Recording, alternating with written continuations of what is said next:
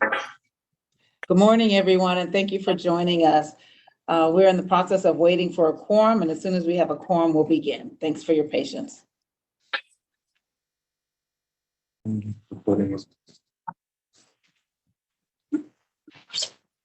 morning, and welcome everyone to today's CPC meeting.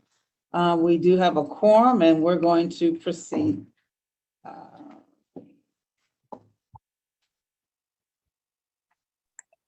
So Reverend Henner. Yes. So I will be jumping off here in just a little bit because I have another meeting to go to. So I want to just make sure that you guys know that so that you're not really counting me as part of quorum. Okay. Even if you have to hop off, we still have quorum. Okay, perfect. Thank you. Thank you. The Seattle Community Police Commission acknowledges that we are on the traditional land of the Coast Salish people, including the Muckleshoot, Suquamish, and Duwamish people, past and present. And with humility, we recognize how much we benefit from living on their land and water. The Seattle Community Police Commission honors these tribes, and we hope that this acknowledgement will encourage authentic relationships with urban Native people and all Coast Salish people. And I will now take attendance. Reverend Walden? Here. Good morning. Miss Mary Ruffin? Asha Mohammed? Joseph Saya? Morning. Morning. Elena Santillan?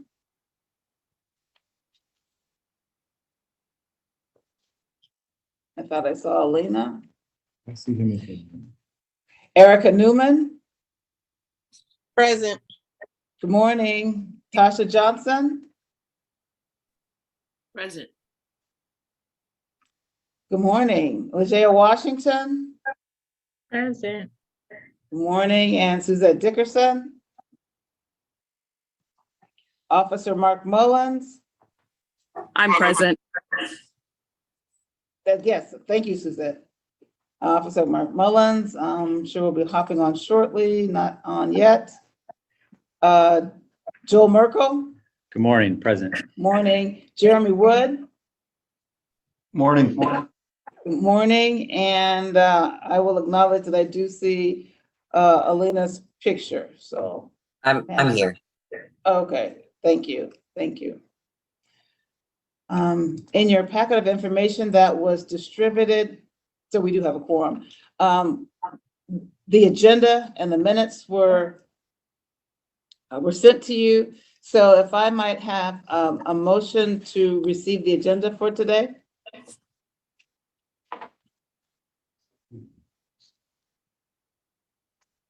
I'll step away from the chair and so move. Thank you. It's been moved. Is there a second? This is Suzette. I'll go ahead and second. Thank you. It's been moved and seconded that the agenda be approved as distributed. All those in favor signify by saying aye. Aye. Aye. Aye. Aye. Thank you. Any opposed, nay? Any abstentions? Thank you. I also forgot to acknowledge that I am here and I am Reverend Patricia Hunter, so. Good morning. Good morning. Let's see, the minutes were also distributed. From our last meeting on February 1st. Are there any corrections to the minutes? If not, is there a motion to receive those?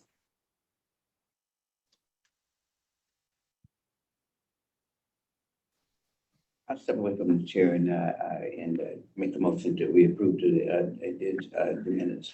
Thank you. Reverend Walden has moved that we approve the minutes as distributed. Is there a second?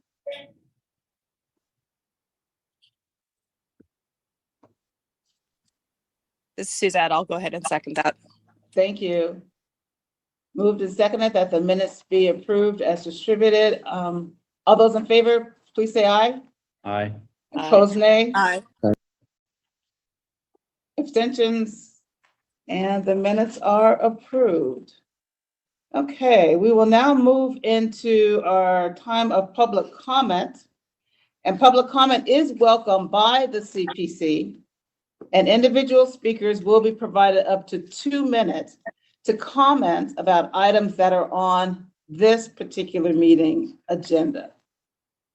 And Logan, if you will help us with our public comment, please. Yeah, transitioning over my screen to the timer. If you would like to make a public comment, please raise your hand now. All right, Mr. Gale, good morning. Time will start whenever you begin. Good morning. During today's agenda item, work rate updates and staff department updates, we will surely discuss last night's shameful display by the CPC. Since only 2 commissioners were present, some facts are needed.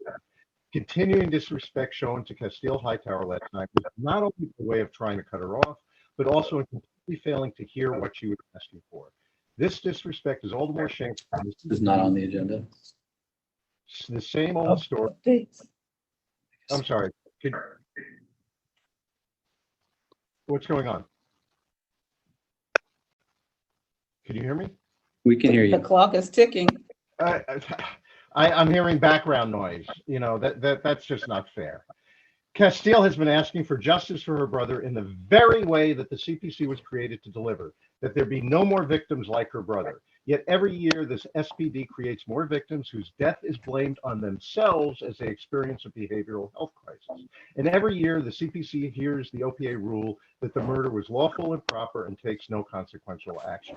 Castile's mission is not to tell her story, but to have the story be an impetus to action, like the action she got from King County Council, ensuring that all people killed by police in King County are publicly named within 72 hours in an accessible and trackable manner, like the action she got from Councilmember Mosqueda last fall to ensure legislation was enacted this year to create a program in the city for victims of police violence. These people listened to her story and asked, what can we do? The CPC hears the story and proclaims, not again. Others listen to Castile and respond with empathy and action. You listen to Castile and respond with emptiness and anger. There was also a false narrative presented last night about Castile refusing to present in front of the CPC. She's asking to present in front of people that make decisions in front of the actual commissioners, not to a random group of people to relive her trauma.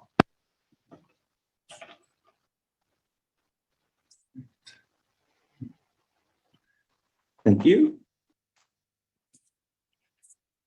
All right. Good morning, Diamond. Your time will start whenever you begin.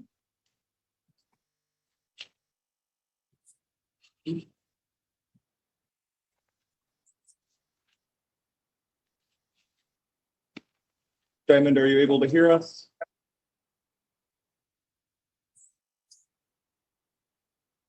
Oh, I guess not. Okay. Castile, good morning, and your time will begin whenever you start. Hi, I'm calling in regards to the work group updates, staff department updates. That is in regards to last night's CPC meeting. I have never experienced such blatant disrespect and disregard for my trauma and the trauma of so many people who have been directly impacted by police violence. I felt there was just a vile way that I was treated last night. I felt like I was misrepresented and lied on. The reason why myself and the other commissioner had even started to correspond was in regards to us talking about the CPC continuing to refuse to hold police accountable. I'm sorry, I'm shaking because I'm still traumatized, so excuse me. Refusing to hold police accountable, allowing them to use them as a platform for recruitment and wellness services and police tech that is harmful to Black and Brown and other marginalized communities, continuing to undermine the Affected Persons Program by way of your appeal system that you want to lie and say some of you never heard of. And if I'm just going to go to the email that was the correspondence of my particular request, one, I requested that I not speak at both meetings. Two, I requested that other impacted folks be able to speak during the meeting and not just me. I wanted there to be public comment available because you guys have continued to not allow that to happen. I wanted there to be full quorum so that some of y'all are not just able to just not be there and actually can hear our concerns. I did not want a webinar style so we can actually see who was in the meeting, unlike this meeting. And what I put in bold was the reason why it is important to me to speak at the 9 a.m. meeting is because it shows the same respect given to, say, small businesses are also given to those directly impacted by police violence. To ensure that I and other impacted folks are given sufficient time to speak, I would like to request at least 3 hours are allotted to do so, not including the allotted time given for public comment. I understand that the community may not always be able to attend the 9 a.m. meetings, but this is also about the commissioners themselves hearing directly from impacted folks about how we feel about how the commission overall is doing to uplift and include our voices. Tell me where I talked about my brother. Tell me. I would like to know.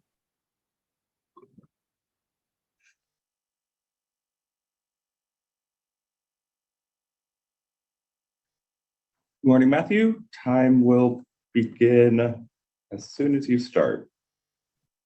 All right, good morning. My name is Matthew Minnick. I am a Seattle Human Rights Commissioner, and I'm speaking today on staff department updates. And honestly, I hope all of you commissioners who are here truly understand what happened last night. I don't know if Felicia Cross, the community engagement director, is in the room right now, but as I said last night, I'll say it again, you deserve to be fired. I witnessed as another commissioner in this meeting, you silenced, interrupted, and tried to shut down Castile and other impacted people who've been impacted by police violence. That is gross negligence. And the fact that in a public meeting, you had a city staff member taking policy positions, mocking, laughing, and silencing community members is unacceptable. And my commission is already going to be pursuing how to fire this person and how we can take next steps. I also want to reference, the Affected Persons Program has been something that in your meetings for the past 6 months, I've heard again and again. And I was in a meeting with 2 of your commissioners last week, one of whom said they had never heard of the Affected Persons Program, which begs me to wonder how much you actually pay attention to public comments or in these meetings, or if you're just flat out lying when you're speaking with other commissioners you may disagree with. Speaking of which, last week I was actually demoted from the meeting at the request of Jill Merkel and Harriet Walden because you didn't like what I had to say, which is a common theme.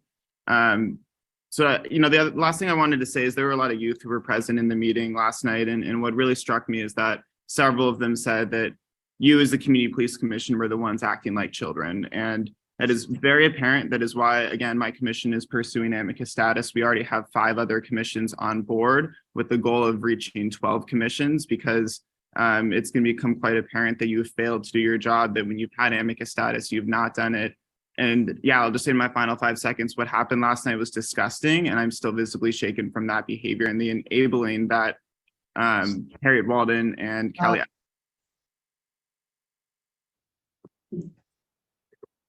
If anybody else would like to make public comment, please raise your hand now.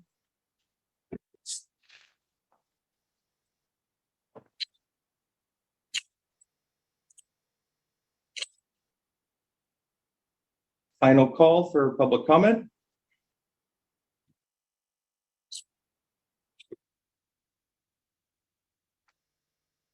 I do not see anybody else.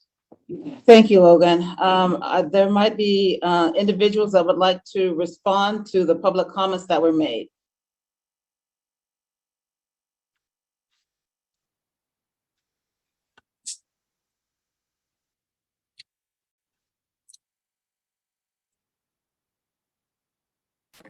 Ron, you're unmuted. Were you going to say something?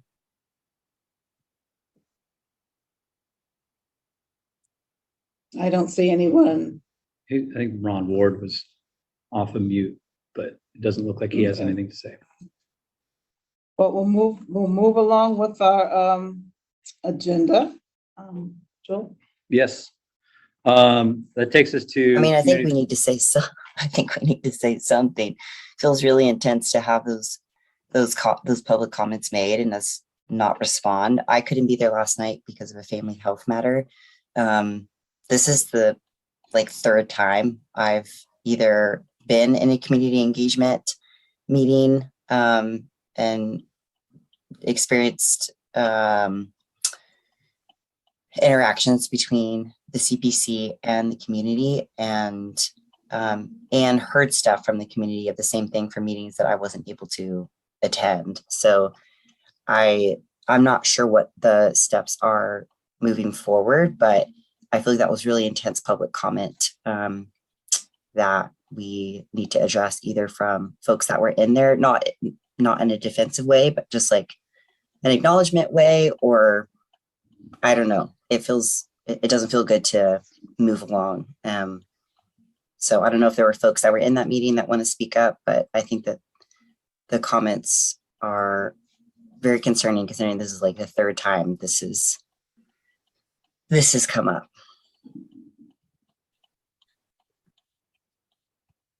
This is Officer Mullins. Can I speak to that meeting? Oh, absolutely.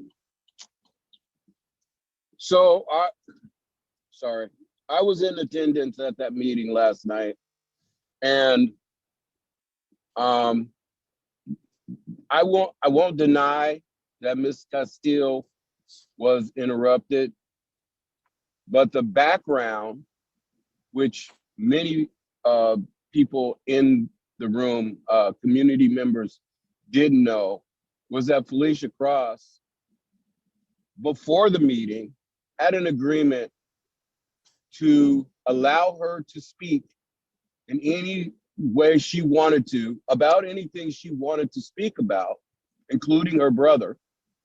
And she refused to adhere to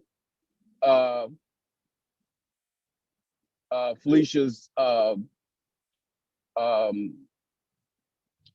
way of conducting the meeting. She wanted to give her time to talk.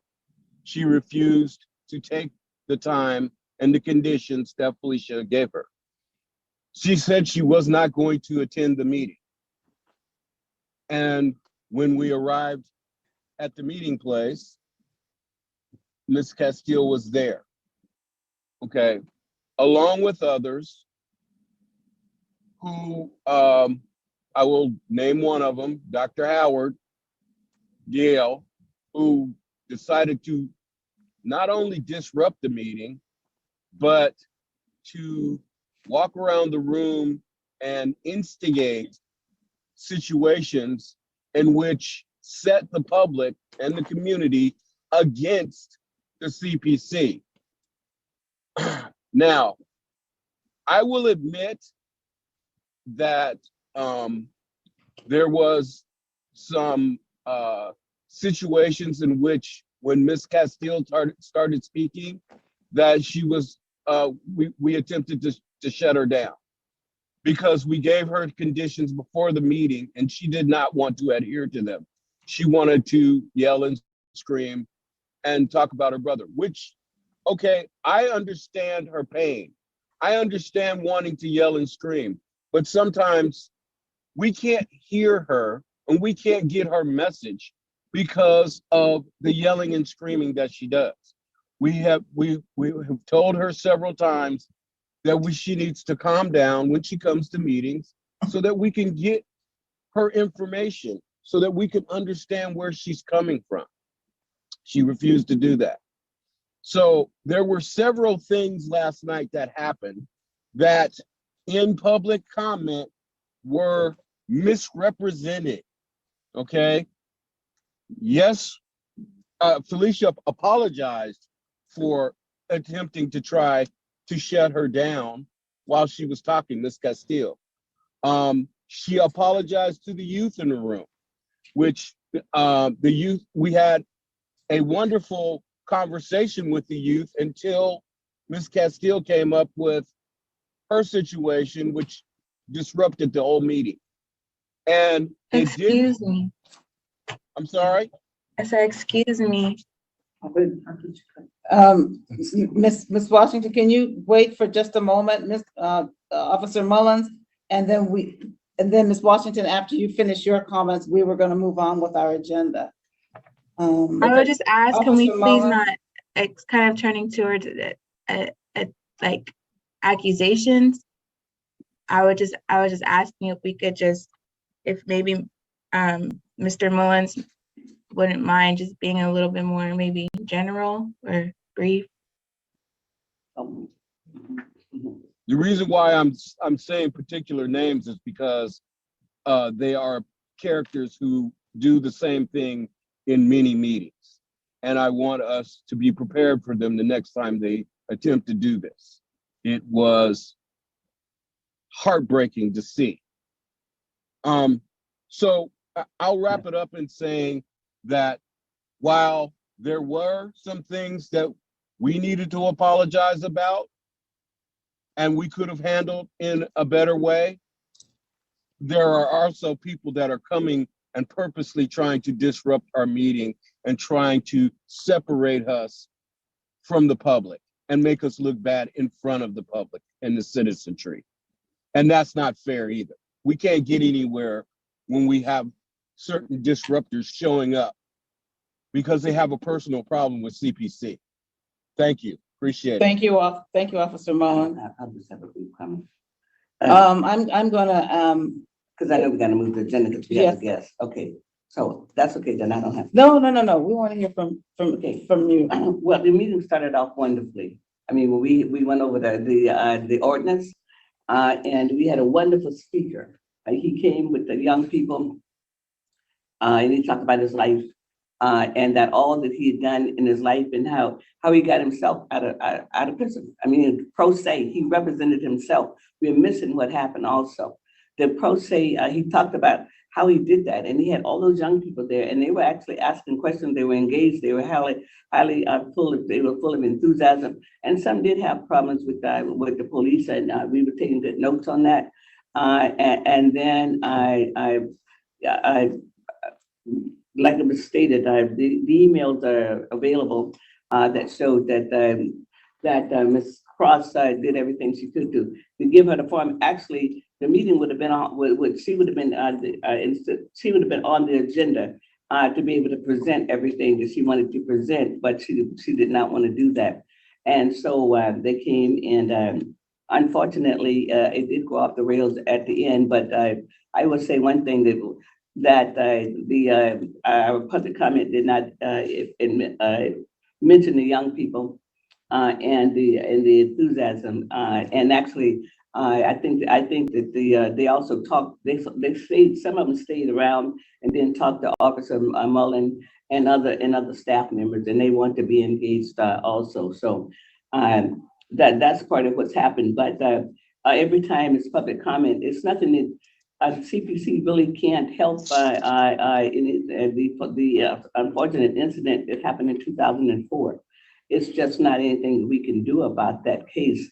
And there are policies, and we are working on better policies and those things. But anyway, and I've offered my condolence to Mrs. Castile, and I understand, that of course families are always grieving when somebody's when they lose a loved one, and never on the mind of it. But that's all I have to say. And I wanted to say you brought a nice guest there, and all those young people was there. We had like 57 people there. And that was a good turnout. So we had some positive things that happened last night with the young people. We really did, and we can't not mention that they were there, and it was a positive event for them. And some of them came back and said that. Okay. Thank you, Reverend Walden. And Elena, since you've already spoken once, I am going to encourage us to move forward with the agenda. We have a special guest who has an hour-long presentation that we really need to get to. Okay, Reverend, just so you know, I have to leave in 30 minutes. So if there's not another time to leave the brief statement that I just want to make, I just want you to know I won't be here to do that later. Okay.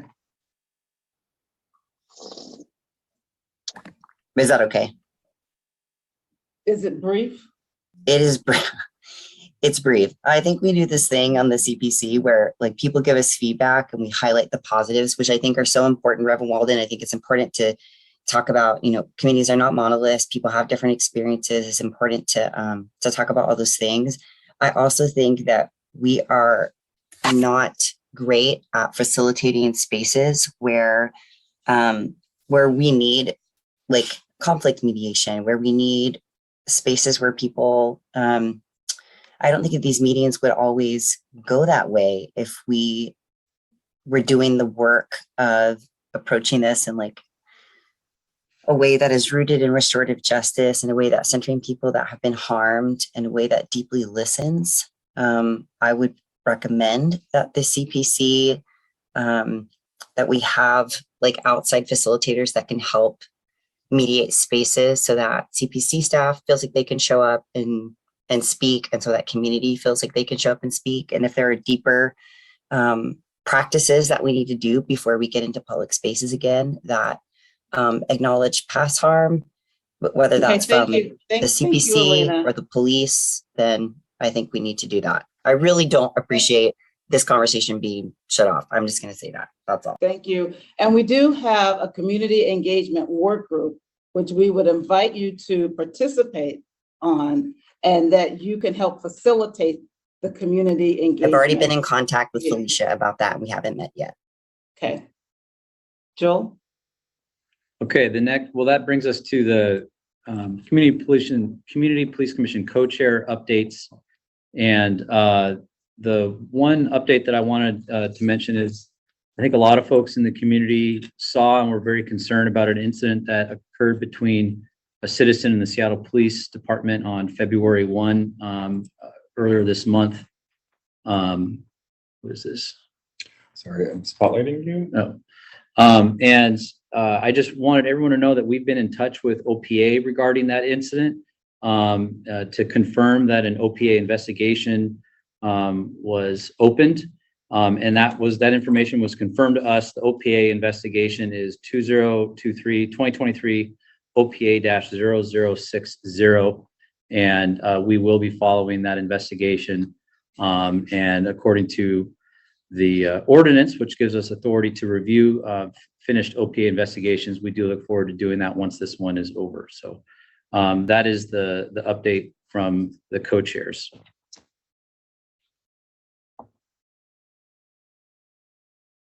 Which brings us to work group updates and staff department updates. And I'll go ahead and turn it over to Dr. Kali Ellis.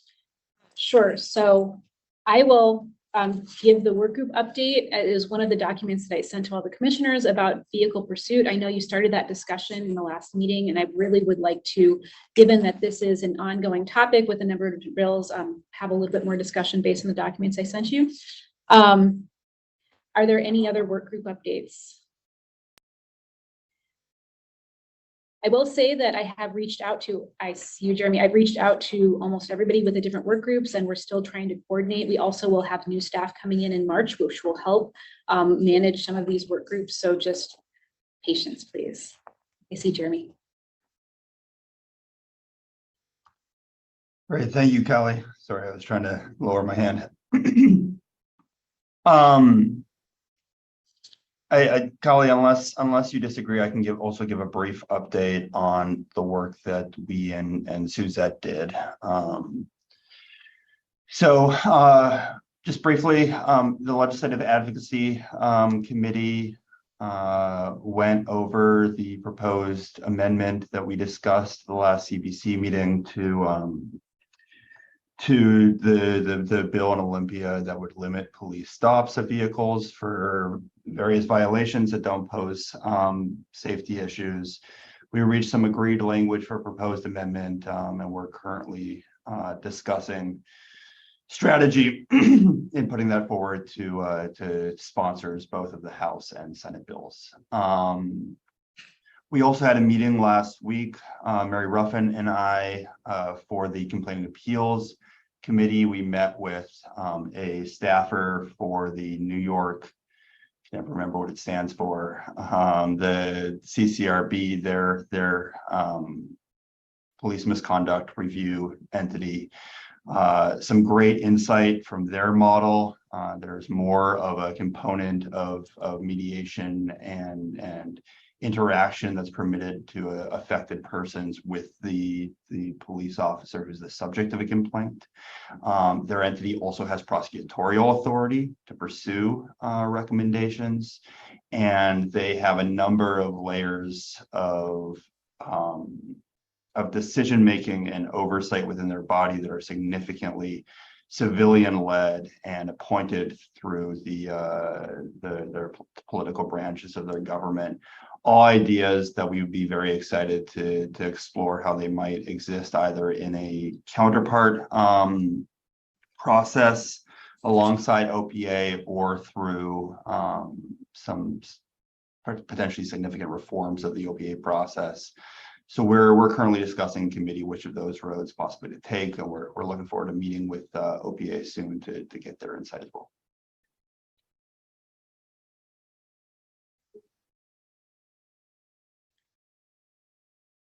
For other staff updates, I will say that, as I mentioned, we are very excited to have the third policy person coming and joining us on March 1st.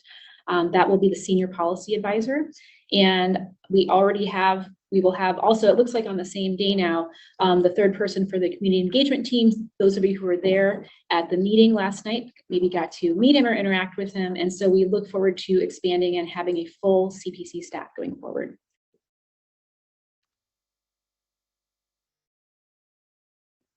So the next item is co-chair elections.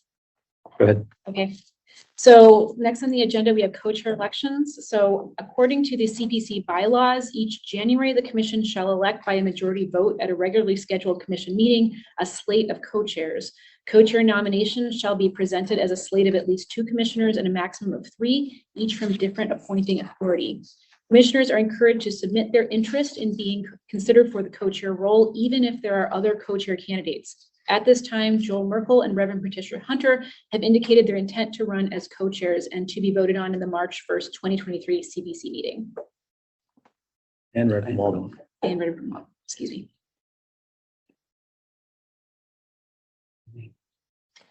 Okay, so moving on to the next item. I only have a few minutes, so hopefully you had a chance to review what I sent you.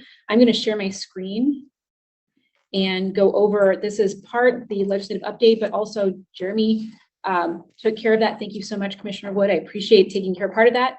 Again, we are doing this because of the ordinance, which has language that specifically says that we are charged to identify and advocate for reforms to state laws that will enhance public trust and confidence in policing and the criminal justice system. So this is a very important thing that we do along with other agencies, but maybe especially so for the CPC. I encourage everyone to follow the laws closely. This is not a theoretical system. This is something that really impacts a lot of people all over the state. And we, as well as you may notice on the calls, the Washington Coalition for Police Accountability and other groups are actively following these bills because they're at the beginning of a process that's going to have multiple changes. So that's what I'll sort of go over as we're here. So Commissioner Wood had mentioned the traffic safety bill. As he said, that we're working on an amendment for the Senate version. You may have noticed, and I sent this around to commissioners, there was a recent op-ed in the Seattle Times from the co-chairs of the CPC. Washington lawmakers should pass 2 bills to add accountability to the policing. One of the bills is the traffic safety bill that was discussed, and the other one is the bill on qualified immunity, 1024, or 1025, excuse me. So other bills that are being followed by the CPC in general, and just to give you a status update on them. So House Bill 1177, creating a missing and murdered Indigenous women and people cold case investigations unit, is in rules, the Rules Committee. So that is closer to the end, but not quite there, but it's an important hurdle that they need to get through. House Bill 1445, which is concerning law enforcement and local corrections agency misconduct through investigations and legal actions in the Attorney General's office, is in the Appropriations Committee. That's again another step when there's money attached to a bill. And Senate Bill 5274 expands eligibility in certain public employment positions for lawful permanent residents. As you recall, this was part of the mayor's legislative agenda that was passed by City Council that we all agreed on and voted on. This is a recruiting thing, basically expanding the pool of people that are eligible to be in law enforcement. Okay, so this is sort of the meat of what I hope we can talk about today is the vehicular pursuit reform bills. So there are a lot of them. I mentioned this last time. Just by way of background, these are related to the original reform bills, a large package of bills that passed in 2021 that made changes to police pursuit policies along with many, many other things. Basically, this law says these changes that an officer may not engage in vehicular pursuit without probable cause to believe the person in the vehicle has committed or is committing a violent offense, sex offense, or escape offense, or a DUI. There are some bills that are still floating around. One of them is House Bill 1363. This changes that language from probable cause to reasonable suspicion. This is scheduled for executive session tomorrow on the 16th, but the path is unclear in the Senate, as I mentioned in the briefing document that I gave you. There's two other bills that there is more support for, and the CPC, based on your last discussion, we have supported as staff, which are basically talking about it more. So the Senate bill is talking about developing a model policy for vehicular pursuit, and the House bill is talking about developing a work group for vehicular pursuit. So this is sort of having additional discussions to make sure that the reforms will actually meet the goals of the people proposing them. So I wanted to mention that I really would like, because I have not been able to, or staff, write any input into OIR on these bills, the ones that are like 1363, actually making changes to the law. So it'd be helpful for me to have some discussion with the commissioners. I realize I'm almost out of time. This may be something that we can talk about at the next meeting, but please do read the document that I sent you that shows the pro and con arguments on each side. There's a reason why this is a bill where there's no one clear path, and there are a lot of discussions. The bill 1363 is a bipartisan bill. There's support from many people. So just to give you a flavor from the document that I sent, the people that want to change the 2021 reforms basically have been saying that criminals are aware of the limitations of police, and reform proponents point to a dramatic jump in vehicle thefts, and the data supports that since the reforms were enacted, which is similar to what's happened in other states that have enacted similar reforms. There's also anecdotal evidence from police agencies across the state of police being prevented from pursuing very important offenders, and also that there have been people that, because the police did not pursue them, went on to also in a different way harm or kill innocent bystanders. I encourage you, if you dig into this document, to read this Pierce County statistical analysis. This is a very fact-based, dry but helpful way of referring to the numbers around this. I want to discuss briefly the people that are proponents of keeping the reforms in place. So, for example, opponents to House Bill 1363. The main discussion there is that vehicular pursuit is dangerous to bystanders and passengers, and there is data to support that as well. There have been people that have been harmed and injured because a pursuit was taking place. The proponents also suggest that the current reforms do allow police to engage in vehicular pursuits for serious offenses with probable cause, again, is that standards, as well as DUIs with reasonable suspicion. And this is information and supporting documents that I shared from the Washington Coalition for Police Accountability. So I want to make sure that Dr. Rosenthal has enough time to have a rich discussion with you, but I encourage you to reach out to me anytime and join this State Legislative Affairs work group, because we have a really rich discussion every Monday where we talk about what's going on and try to get a sense of what we can do as a commission, as well as input from you. I also want to sort of tout this. Every single week, I give weekly legislative updates on our Twitter feed, and I encourage you to see those. There I highlight even more bills that we're following, because we're following over 60 or 70 right now. And it's pretty important, and I appreciate your feedback.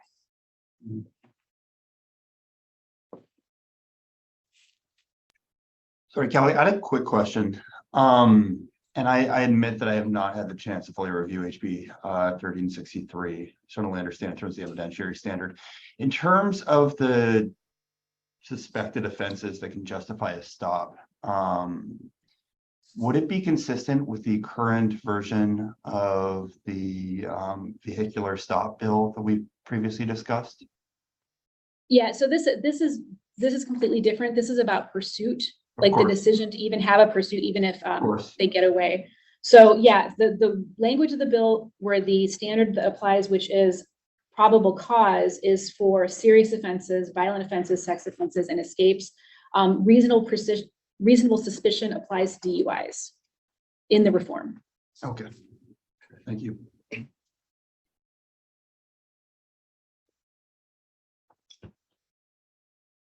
Thank you, Callie. There's no other questions or discussions on the vehicle pursuit issues, which again, I encourage everyone to dig into, and I look forward to us having more of a discussion at another meeting. But unless there's any more comments on that now, I do think that brings us to the presentation by Dr. Richard Rosenthal followed by a discussion at the commission level. Colley sent out a number of materials for folks to refamiliarize themselves with, because the presentation from Dr. Rosenthal is going to go to a lot of how the accountability system is set up, and folks' experience with it. So I will introduce Dr. Rosenthal. He's been hired by the Federal Monitor to conduct an assessment of the accountability system generally. And as part of that, Dr. Rosenthal is seeking to gather input from CPC commissioners on those topics. So Dr. Rosenthal has worked with various other police accountability systems throughout the country, and has written a dissertation on the consent decree in Seattle. We're pleased to have him join us today. Dr. Rosenthal, good morning, and thank you for being here.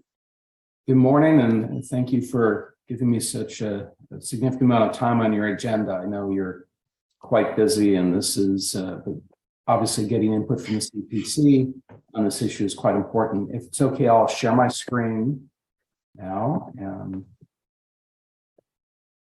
here we go.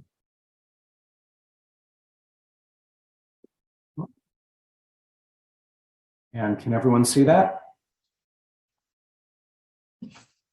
Yes. We can see it. Excellent. All right, excellent. So as was mentioned, I've been hired by the Federal Monitor to conduct a systemic assessment of Seattle as what we're referring to as the accountability triad of the CPC, the Office of the Inspector General, and the Office of Professional Accountability.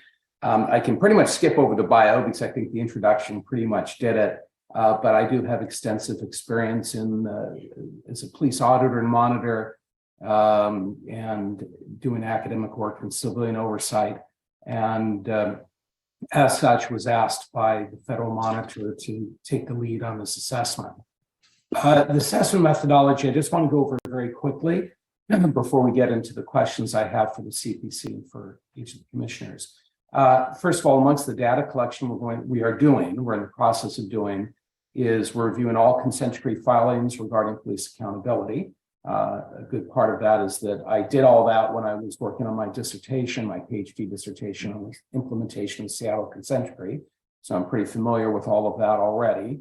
Reviewing all published reports and website content for all three of the external accountability mechanisms for the city of Seattle, the CPC, the OIG, and the OPA. And we've also just about completed conducting stakeholder interviews, which includes leadership for each of the accountability organizations, as well as some city leadership and some SPD leadership, and here the CPC in public session. We are also going to be, we have reviewed and are reviewing all the arbitration decisions, and particularly with respect to cases decided by Chief Best and Chief Diaz, as well as SPD terminations of officer employment. We're looking at two focal points of accountability, and I'll pretty much just read these right here. We're looking at front-end accountability, which involves ensuring that officer performance is aligned with community needs and expectations before anything goes wrong, and it focuses on the city's ability to establish clear, transparent expectations aligned with public input and priorities that officers are expected to follow. And then there's back-end accountability, which involves how and whether officer misconduct is addressed and whether there are appropriate outcomes when officers actually fail to follow SPD policy or the law. I've basically taken the questions that we've been asking of the leadership and combine them into these 5 questions, which I'd like to open up for a conversation by the CPC members. And what I'd ask is, and maybe if one of the co-chairs can sort of take a lead on this, on identifying the various commissioners who want to speak. And what I would suggest is that I'll leave this up here perhaps, and then each commissioner can identify those questions that are particular interest to you that you would like to answer. And I'll just read off these questions as a starting point, The first one is how well or poorly do you believe the accountability triad has worked and is currently working? Number two, how well or poorly do you believe that the three accountability partners have worked together in your experience? Number three is to what extent do you believe the public input, either mediated through the accountability mechanisms or received directly from the public, has actually shaped police department policy or practice? Number four is, do you have any general recommendations on how police accountability in Seattle can be improved? And the last one is, do you believe that the city of Seattle can rigorously and sustainably deliver accountability oversight for this Seattle Police Department? What we're looking for really is, if the consent decree is lifted, do you believe that external accountability mechanisms are sufficiently robust to provide rigorous and sustainable oversight into the future? That's really what we're looking for. So perhaps let me see if there are any questions that anyone has for me first before I go into questions for the CPC. And then if one of the co-chairs wouldn't mind taking on the responsibility of facilitating this conversation amongst the commissioners. Thank you, Dr. Rosenthal. With the current screen view, I'm unable to see anybody but you and your PowerPoint. So I'm not sure if anyone has their hand up. You want me to take it down and I'm just— Hang on, let me, wait. Is there any commissioner that has their hand up that wants to start off the discussion with answers to some of these questions? No hands are up. No hands are up.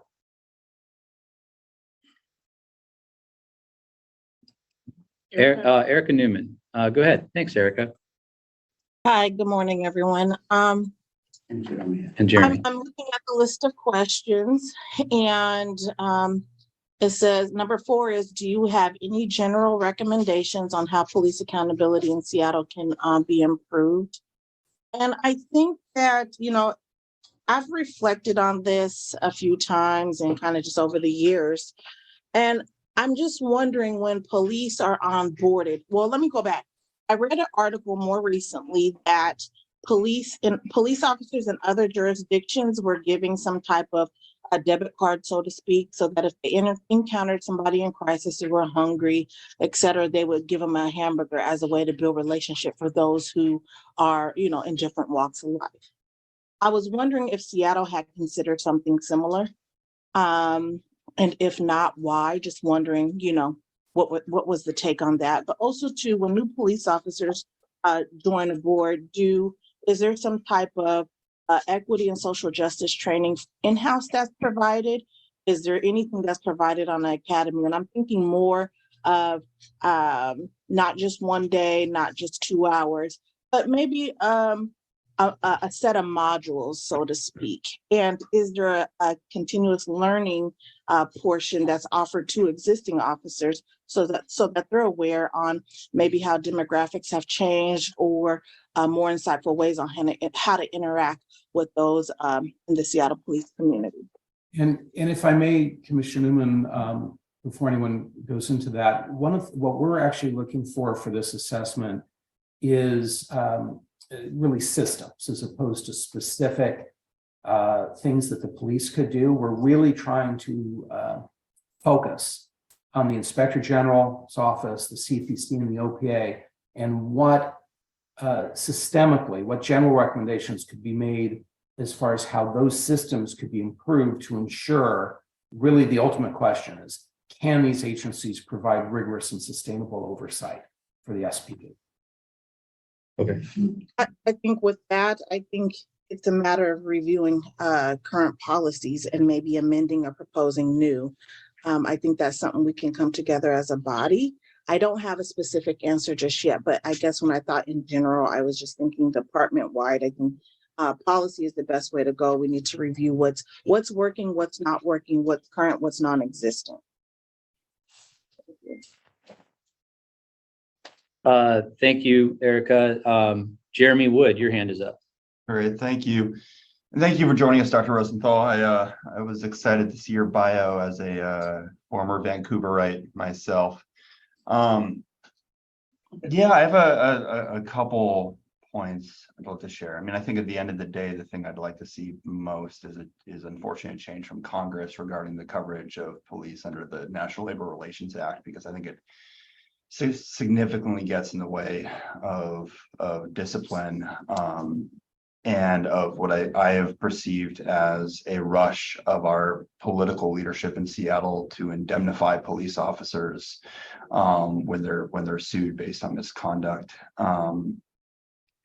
I think one point, and I don't know if you were here when I was mentioning that a couple of us had the opportunity to meet with some folks from New York CCRB and hear a little bit about their process. I have had the concern over the years that the OPA seems to community and affected persons very much like a black box. Investigations are very internalized. They include a large contribution, I would consider an outsized contribution by sworn officers in the review process. I personally read various findings from the OPA that seemed to lean too far in favor of finding complaints unfounded. And then during that process, there's very little opportunity for affected persons to take both an active, empowering role, including in confrontation with officers. And at the end of the day, even when findings substantiate complaints, there's often very little follow through either within the department or from our prosecutorial agencies. And that's also something that's very different in New York, where they have formalized directives to their internalized prosecutors within their accountability organization. So those are just some complaints that I have about how the OPA model is falling short in this city. I'm curious, given obviously your work now, but also your research and your familiarity with other models, whether you see ways that the OPA can be reformed, both to better include community, better include transparency, and to formalize follow through when findings are substantiated. And I'll thank you, Commissioner Wood. That's exactly the kind of input that I was hoping to get this morning. Just as to your question, I'd say one of the things that's really interesting is oversight agencies in the US are like snowflakes. No two are alike. And there are extraordinary opportunities to learn because there's so many agencies, let's say, over 100 active agencies of various models, but there are all kinds of opportunities to learn. The most important thing that I've learned over time, however, has been that there's not necessarily best practices in civilian oversight. There's more best fit that each municipality, each jurisdiction just has to figure out what works best for them, which obviously then makes the job so much the more difficult as far as figuring out what actually should work best. But with that, let me turn it back over to the chair for any other comments or answers to the Yes, Reverend Walden has had her hand up. Reverend Walden. Oh, thank you. One of the things that I would agree with Jeremy about OPA, that seems to be in the findings. I mean, especially for me around the Falatoba case, that said it was in policy shooting, and in fact, some other facts that was involved in that case that was never considered. So, I mean, that was one that was really hard for me in the finding of that case. And also last summer, 2 summers ago, around the CHOP, I mean, clearly the police officers did target the media. They were there and they were clearly marked, said they were media. And that I don't think that complaint was sustained. And then when the pepper spray happened downtown, I think it was the 25th of June, when a young boy got pepper sprayed, and I don't think that complaint was founded either. I think it was not sustained. And then so there for me, there's been some weakness in the finding and because it's a new director there, and also there's some limitations that has to be bargaining about who can be involved with the I mean, do they have a whole civilian investigators there. I think that still has to be bargained, and a lot of the recommendations on this 2017 ordinance have never been bargained. It has never been bargained. So anyway, so that's still like limbo out there. And another point that I believe too is that we can make good recommendations that we thought was good to the police department, but sometimes they don't always implement them. I mean, an example, 2015, 2016 recommendation was made about the crowd control and the flash bombs and all of those kinds of things being used. And that was never trained on, was never trained on. And so what we saw in the CHOP was that it was never ever, the recommendations was never actually implemented. And so we saw a fiasco out there in the CHOP a couple of years ago. And so the main things I would have is there's not a hammer to for the police department to actually accept the recommendations and implement them and trained on them. And we all know if the policy has not been updated or if the training of the officers have not been trained to the policy, then there will be no discipline. And that's not only here, it's all over the country. So that's why the policy piece is so important. And I'm not that sure about the IG. I think, so far it looks like they're trying to do a good job in, with the oversight and would be the hammer. That would be the one to be implementing and making sure that the police department implement the policies. But for my estimation, I think the city council has a part in this because they never called the police back and to say, well, why didn't you implement these policies? I mean, I think they have a critical part to play because they are the elected people. And so I think they have a part to play that should be somehow have to make sure as an oversight also to ask the police department why wasn't these recommendations implemented, and that kind of follow through. I think would really be one to be able to tie it all together.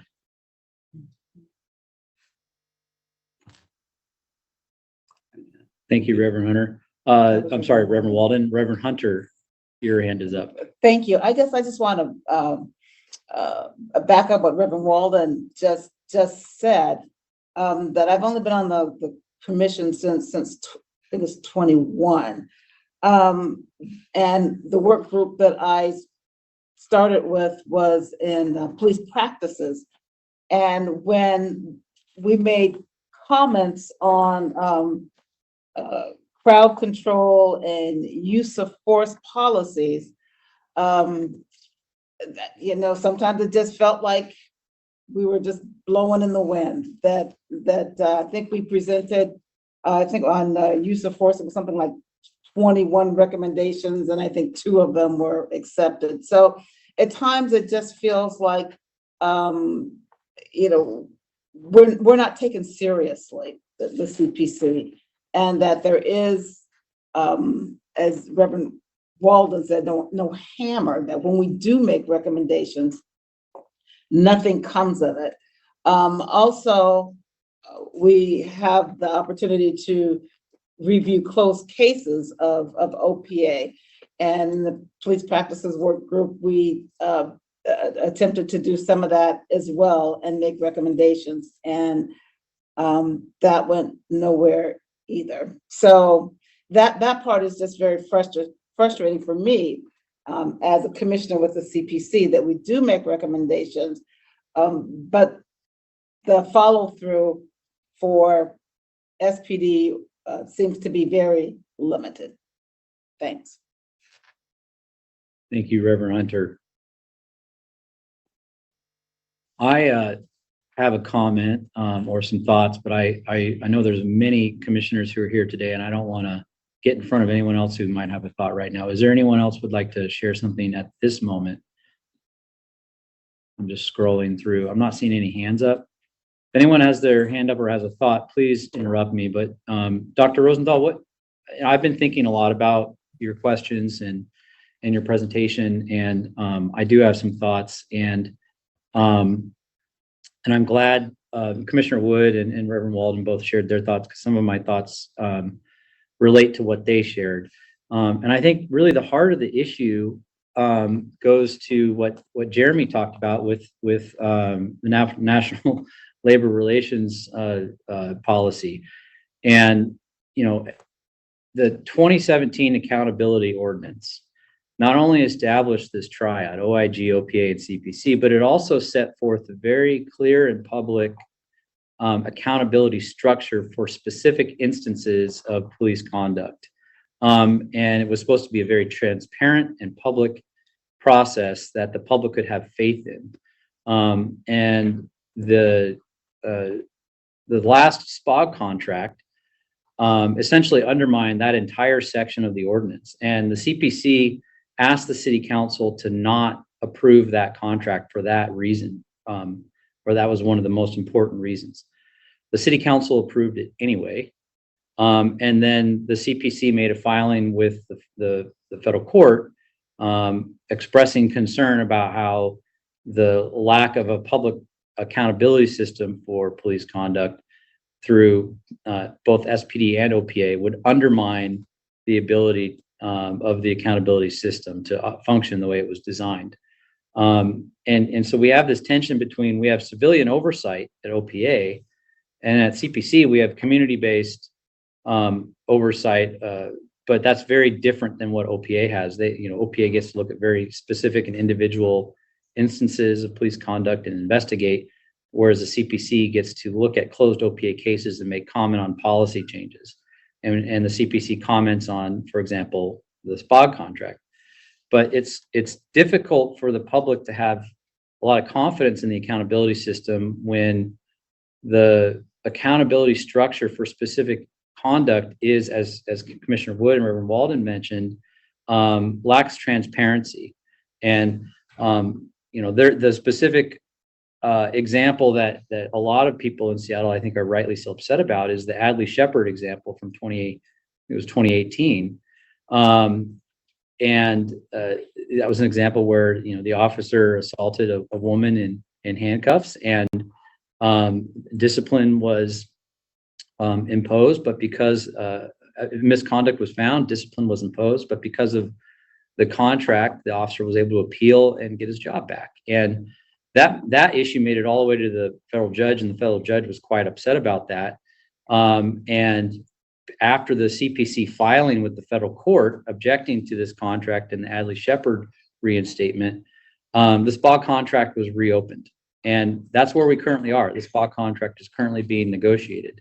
And those accountability provisions are going to be a really central part of determining how effective this triad can be. In other words, I believe that the degree to which the accountability structure for specific instances of conduct is transparent and to the public is going to limit how much OPA, OIG, and CPC can do. And so I don't know how that fits into any of your specific questions, but I really agree with Commissioner Wood that the heart of the issue is, or one of the most important issues, is how transparent is that accountability structure, and how close can the next SPA contract come to what is outlined in the 2017 Accountability Ordinance? Because that transparency and accountability to the public is crucial to the public having confidence in it. And let me ask you a question based upon that. It's almost twofold. First, obviously for this assessment, I have to assume that the federal law won't change, and really look at, can this structure provide rigorous and sustainable oversight within the current constraints of federal and state law.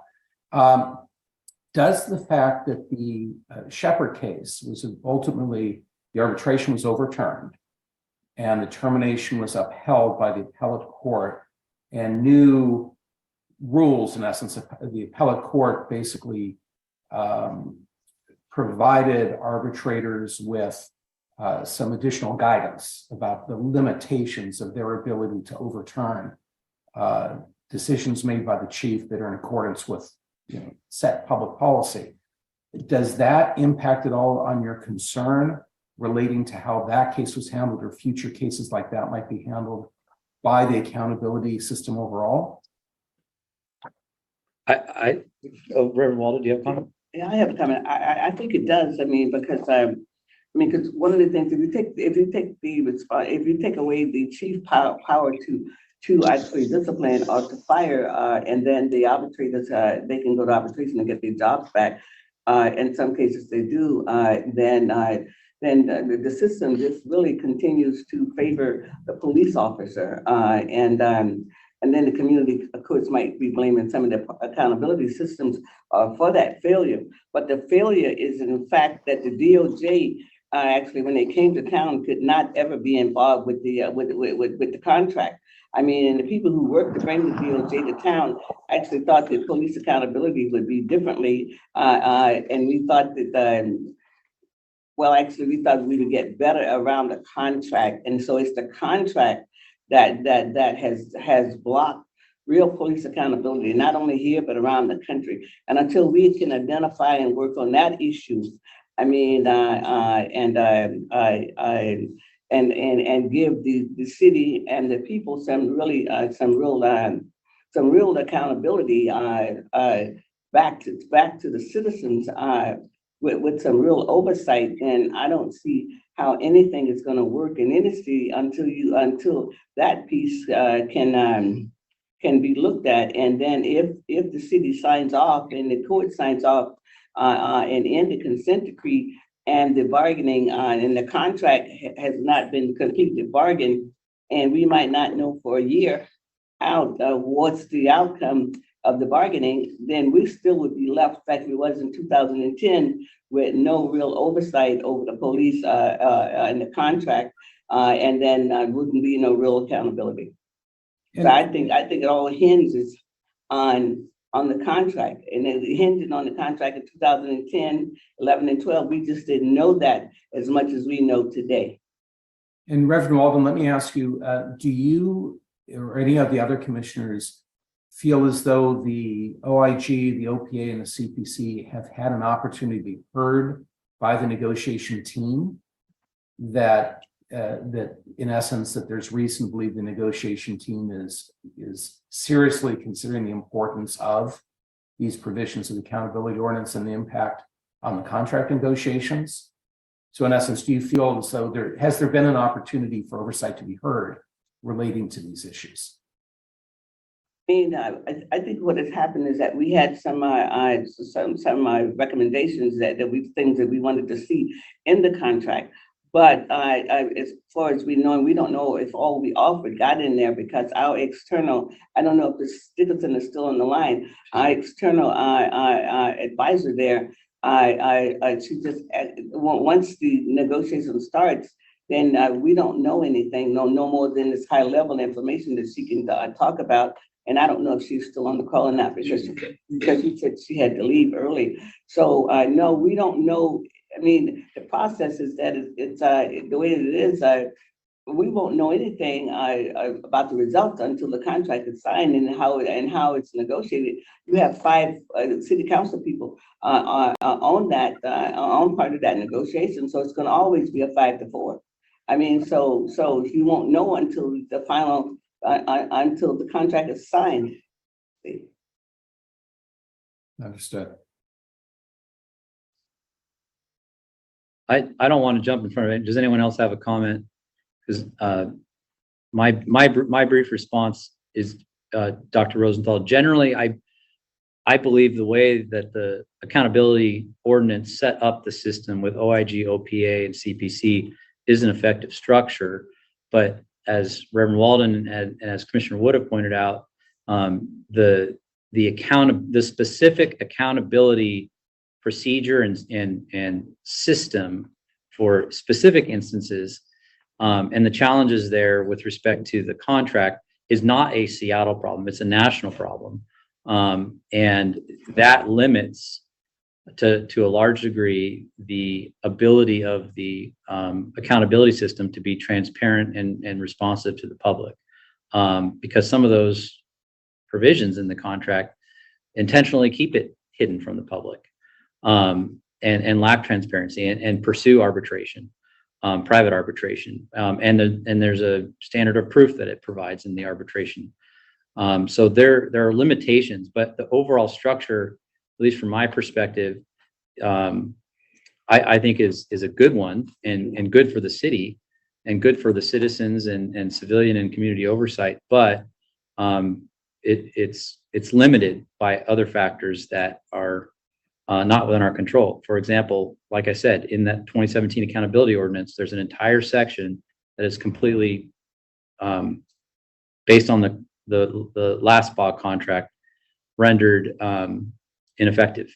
It was like 2005. Right. Because the appendix at the bottom says that if there's no agreement, then you will revert back to 2005. So we went back to 2005 on some of this because there was no really agreement. And then the public don't know that. And then they come in and they want to blame us about a lot of stuff. But they, it's a lot that the public don't know. Is that now we're back to 2005 on some of this on some of the contract, because that's what the appendix says. You don't have no agreement, you can revert back to 2005. So one question on that is there's been a recent SPMA contract. So with the trying to remember, I think it's lieutenants and above or it's captains above. I apologize that I don't recall that off the top of my head. But the SPMA contract did in fact incorporate additional provisions of the accountability ordinance that have been blocked with respect to SPOG.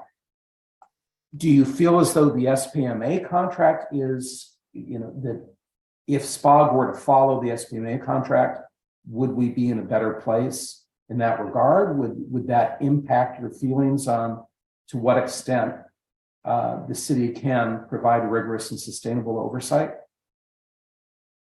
Well, I think this is probably one of the best contracts that SPMA and the city has gotten.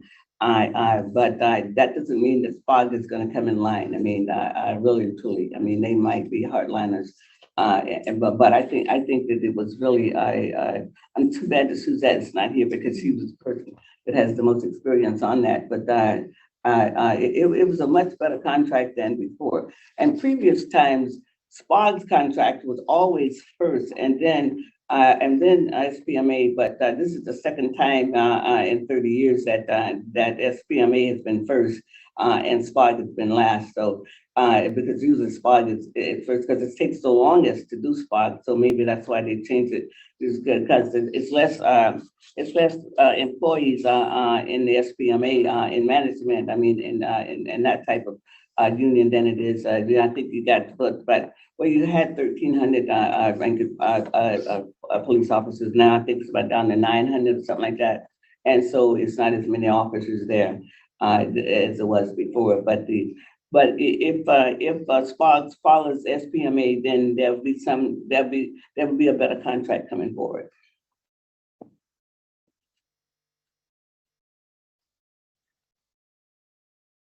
Ron Ward, please.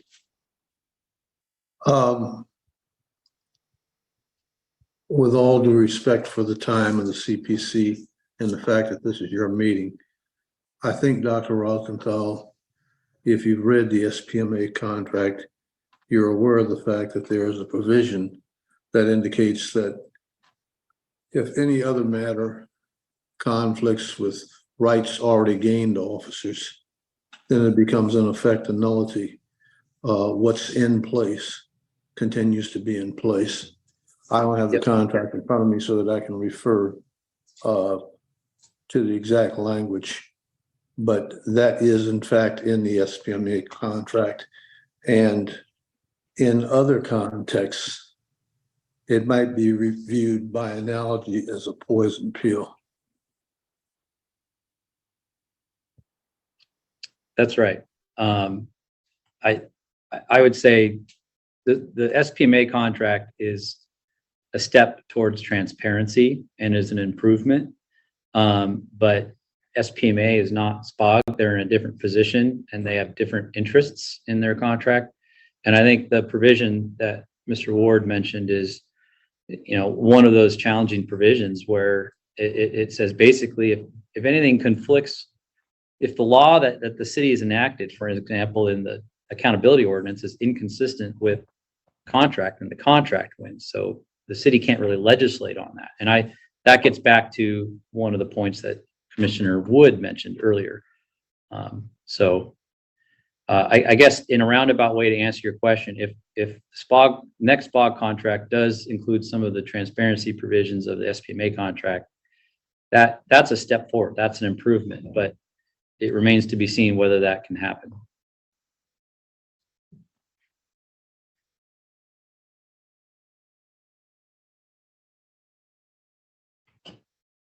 And I think we've still got another 15 minutes if anyone has any other comments or wants to be heard on any of the other questions.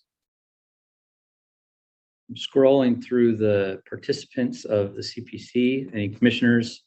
Are there any commissioners that have any thoughts, been listening and developed thoughts?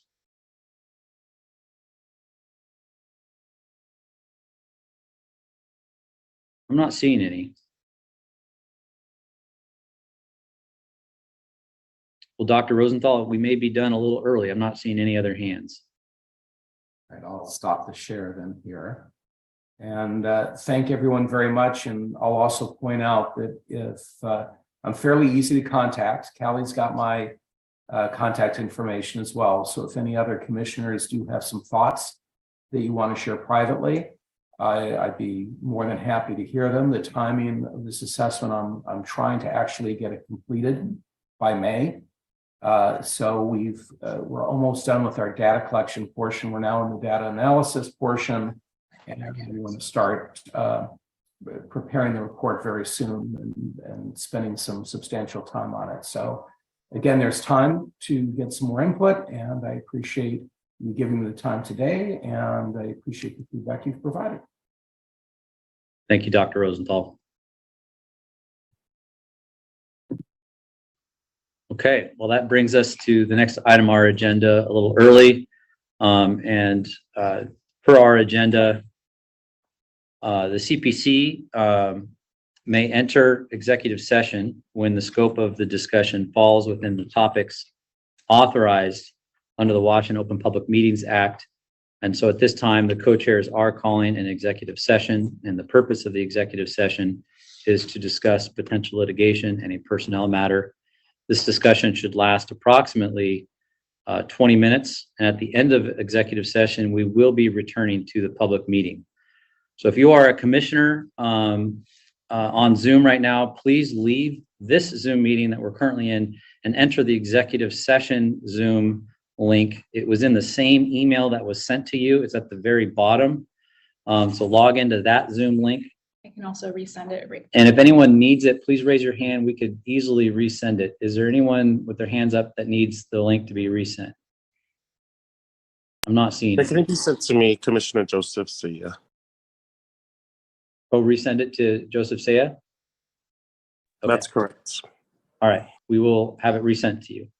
Anybody else? Have it resent it to me as well. I don't know. I don't see it. Thank you. Was that Ms. Saya. Washington? Yes. Okay. We will get that to you as well. All right. And so with that, we will return to the public session after approximately 20 minutes. Okay.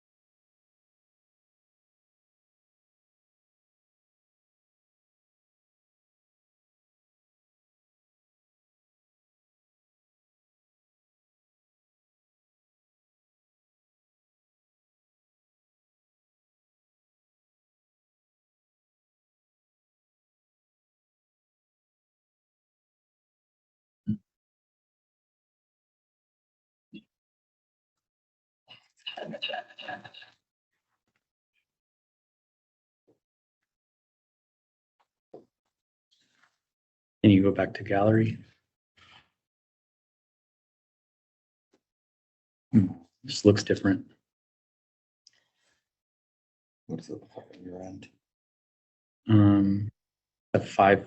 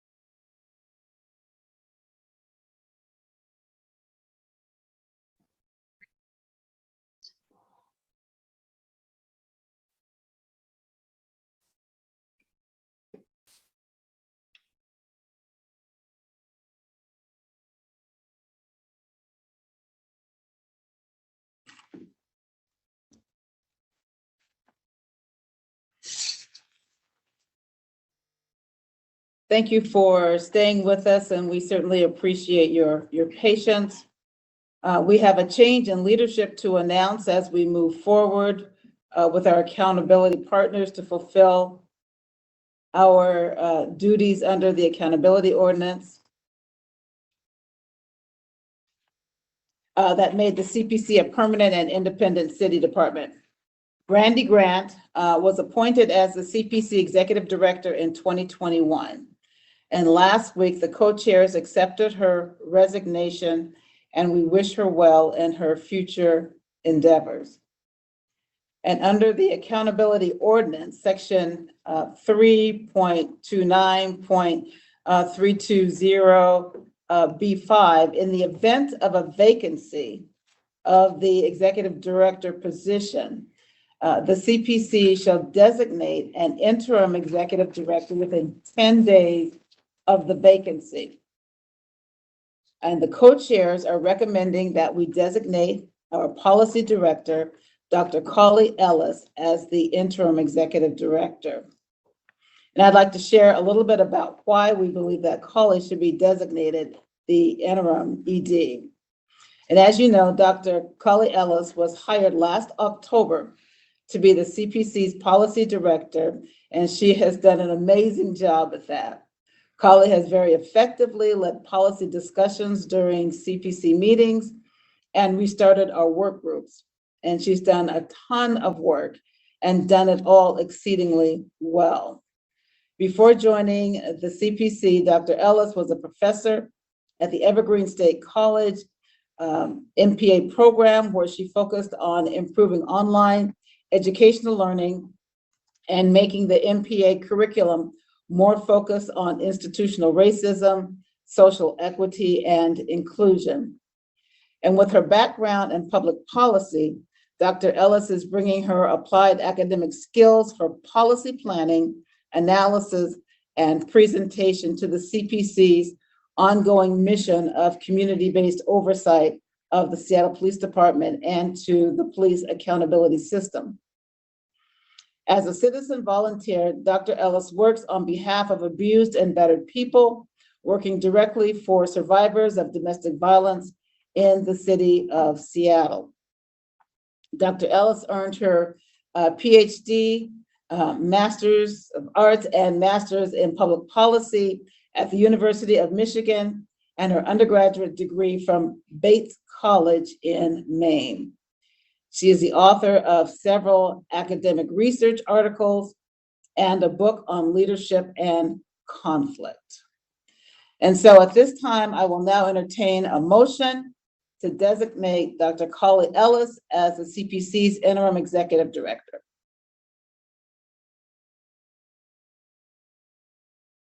I'll step away from the chair and so move. Is there a second? I see Jeremy Wood. I'll second. Thank you. Thank you. It has been moved and seconded that Dr. Carly Ellis be appointed the interim director of the CPC. Any discussion? We'll move to the vote. That's the roll call on this type of issue, so I have to do a roll call vote. Yeah. Okie dokie, we'll do a roll call vote of the commissioners. Thanks for that. Let me, We vote to roll call. Jeremy? Your vote? Yes or no? Thank you. Joel? Yes. Joseph? Yes. Thank you. Erica? Yes. Thank you. Officer Mullins? Yes. Thank you. Tasha Johnson? Yes. Thank you. And Lejea Washington?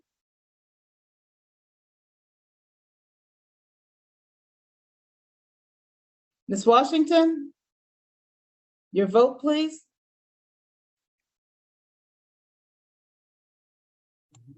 I'll abstain. Okay. And Commissioner Hunter here, I vote yes. You didn't call my name. Reverend Walden. And Reverend Walden. Yes. Cool. Well then we have ourselves a new interim executive director of the CPC. The ayes have it and one abstention. Yes, the ayes have it and one extension. Yeah. Thank you. Thank you so much. Let's see. So Dr. Ellis, we do look forward to your stewardship and your leadership in the coming weeks and months. We are grateful for your willingness to step up as our interim executive director, and your policy background will certainly serve the Seattle community as well as help us move the work of the CPC forward. So thank you so very, very much. And Dr. Ellis, I just want to say as a co-chair, we are very grateful for your excellent work as our policy director. And we're excited to work with you as our interim executive director. And your experience in policy development has been a tremendous asset to us and helping the CPC fulfill its mission under the accountability ordinance. And as we move forward with our accountability partners, we want to welcome you, congratulate you as our interim ED, and thank you for your leadership and stewardship of the CPC. Thank you. I echo that. Thank you so much. Yeah.